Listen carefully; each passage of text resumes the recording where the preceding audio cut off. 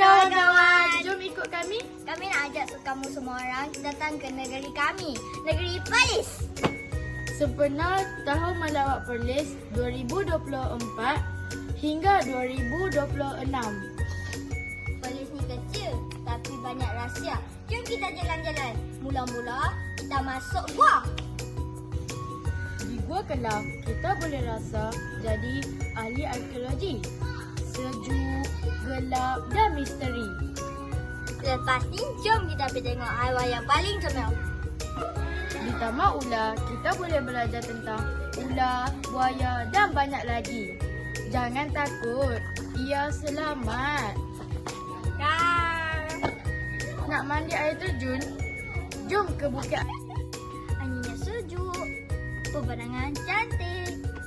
Boleh bergelak, main air dan dengar bunyi hutan. Suara apa tu?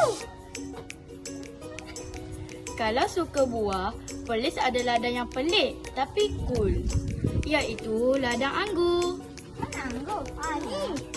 Sedap! Wow, anggur tumbuh di Malaysia. Kita boleh petik dan rasa buah yang segar. Sedap. Perlis juga ada pemandangan yang cantik. Macam di awan-awan. Itu di Wang Kelian Viewpoint. Udara yang segar, bukit-bukit yang menakjubkan. Mesti ambil gambar. Aku nak tanya ni, apa harum manis atas suka aku? Mesti harum manis. Buah yang paling sedap di dunia. Rasanya manis, harum dan buat kita nak makan lagi.